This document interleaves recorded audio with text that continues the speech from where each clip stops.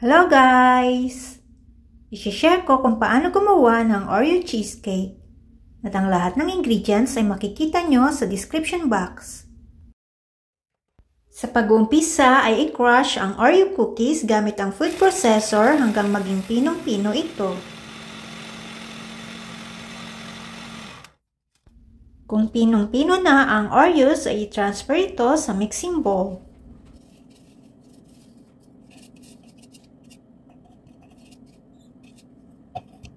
Ibuhos ang melted and salted butter at i-mix ito.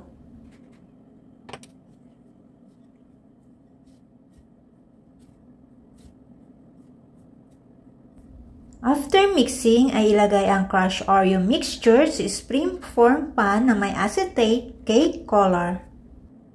Optional lamang po ang paglalagay ng acetate cake color.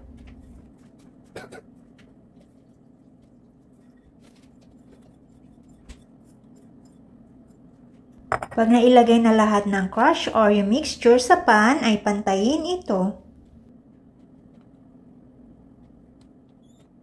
Para maganda ang pagkapantay-pantay nito, ay pwedeng gamitan ng baso at habang pinapantay, ay i-press na rin itong maigi.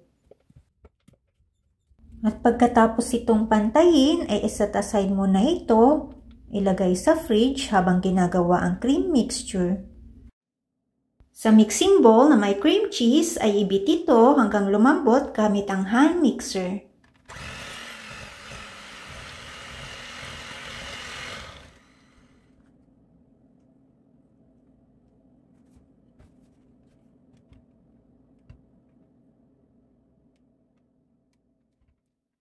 Pag malambot na ang cream cheese ay ilagay ang sugar at heavy whipped cream.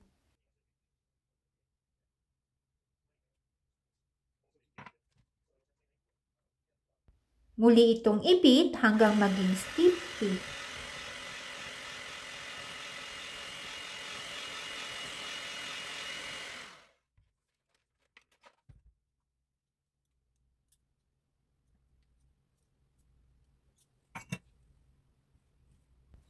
Pag stiff peak na ang heavy cream ay ilagay ang Oreo cookies at i-mix ito.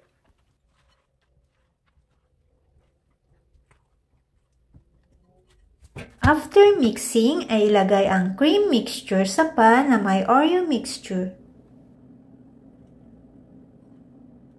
Pag nailagay na lahat ng cream mixture ay pantayin ito.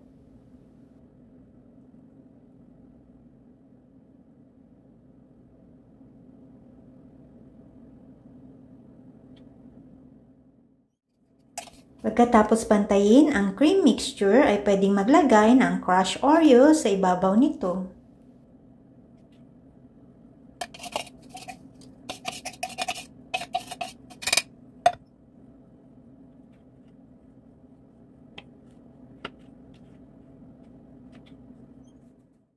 Pagkatapos maglagay ng crushed Oreo sa ibabaw nito ay takpan ng cling plastic at ilagay sa fridge ng 10 to 12 hours.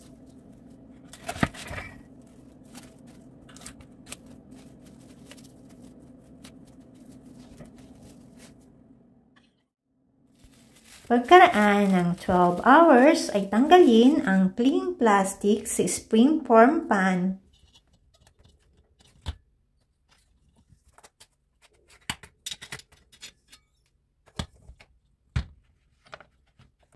Tanggalin na rin ang acetate colored cake.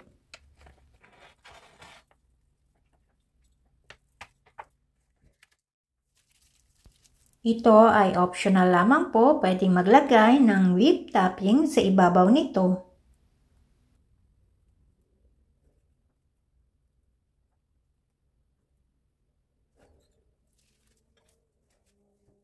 Pwede pong maglagay ng Oreo cookies sa ibabaw ng whipped topping.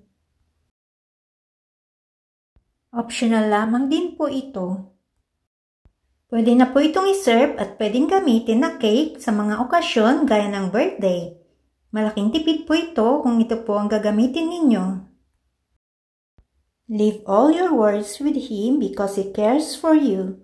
1 Peter 5 verse 7. Thanks for watching.